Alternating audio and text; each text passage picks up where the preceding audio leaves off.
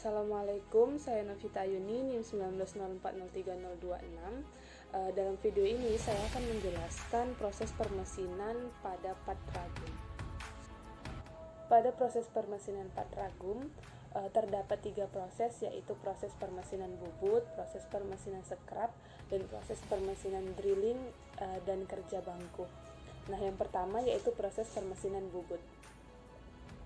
Prinsip kerja dari pembubutan yaitu benda kerja berputar pada porosnya atau pada sumbu utama mesin. Kemudian gerakan makan atau penyayatan oleh ujung pahat sebagai alat potongnya. Nah, alat potong atau pahat itu bergerak lurus sejajar terhadap sumbu benda kerja pada jarak dan kecepatan tertentu sehingga akan menyayat permukaan benda kerja. Kemudian ukuran dan bentuk benda kerja akan berubah sesuai arah gerakan dari pahat. Selanjutnya ada komponen pada mesin pembubutan dan fungsinya. Nah, yang pertama itu ada alas atau meja mesin bubut.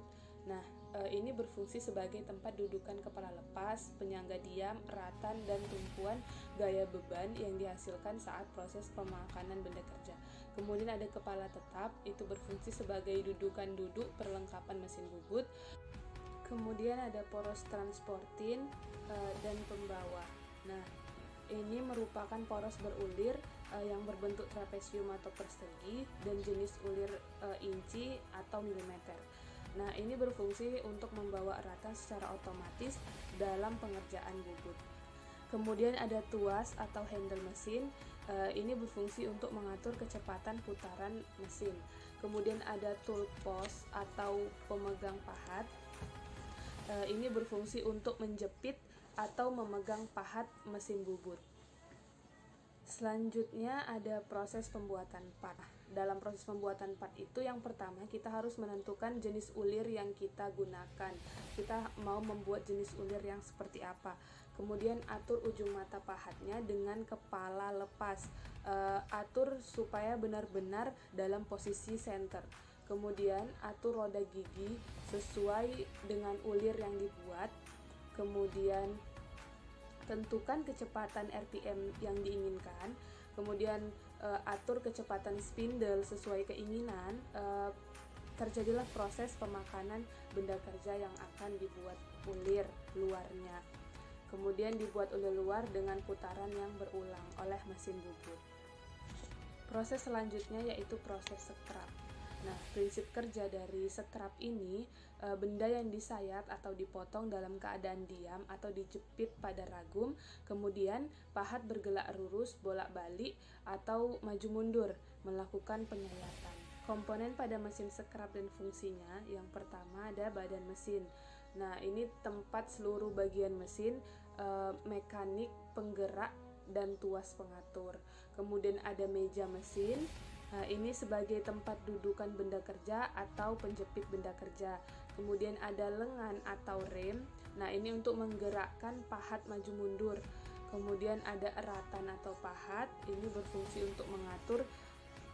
Selanjutnya ada eratan pahat. Ini berfungsi untuk mengatur ketebalan pemakanan pahat. Kemudian ada tuas panjang langkah. Nah, ini untuk mengatur panjang pendeknya langkah pahat atau lengan, disesuaikan dengan panjang benda yang disekat. Selanjutnya ada pengatur kecepatan. Ini berfungsi untuk mengatur atau memilih jumlah langkah lengan mesin per menit. Untuk pemakanan yang tipis dapat dipercepat, pengaturan hanya dapat dilakukan pada saat mesin berhenti. Kemudian ada tuas posisi pahat. Nah, ini untuk mengatur kedudukan pahat terhadap benda kerja. Selanjutnya proses pengerjaan part ragum. Nah, yang pertama benda kerja dijepit pada ragum. Kemudian dihidupkan mesin scrap, diatur kecepatan mesin. Nah, mesin scrap akan bergerak maju mundur, maju untuk melakukan penyayatan dan mundur tidak melakukan penyayatan. Nah, benda kerja disekrap sampai menjadi bentuk dan ukuran yang diinginkan.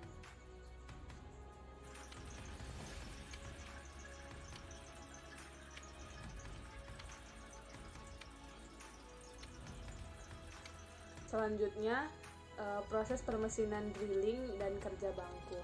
Yang pertama ada prinsip kerja drilling. Nah, prinsip kerja drilling yaitu mata bor melakukan gerak rotasi dan benda kerja dihantarkan pada pemotongnya. Kemudian ada prinsip kerja bangku. Prinsip kerja bangku ini proses pengerjaan dilakukan dengan bantuan tangan manusia. Untuk mendapatkan manusia yang terampil dalam melakukan kerja bangku perlu adanya pendidikan dan pelatihan yang rutin. Selanjutnya ada macam-macam kerja bangku dan fungsinya.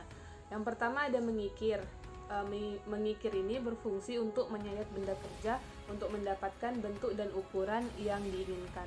Pengerjaan menggunakan alat yang disebut kikir. Kemudian ada memahat untuk mengurangi volume atau menyayat benda secara drastis.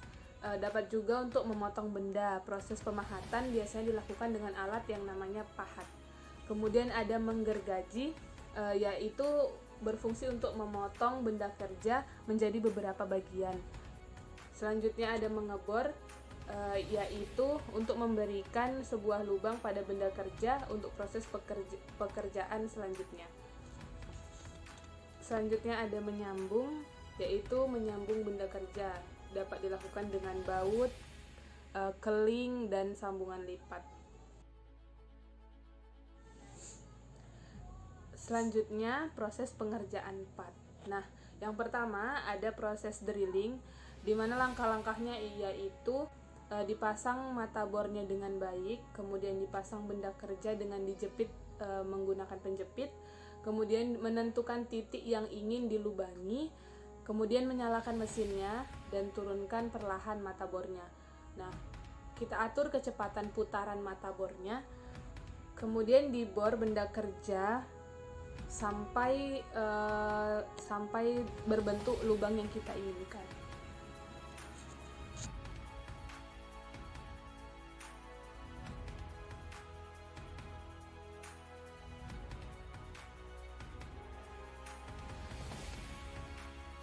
Selanjutnya ada proses pengerjaan part dengan kerja bangku. Ya, yang pertama ada kikir, ulir yang udah selesai dibuat dikikir sampai permukaannya sesuai dengan yang kita inginkan. Kemudian ada gerinda. Nah, permukaan benda kerja yang kasar digerinda sampai halus dan rata atau sampai berbentuk sesuai dengan yang kita inginkan.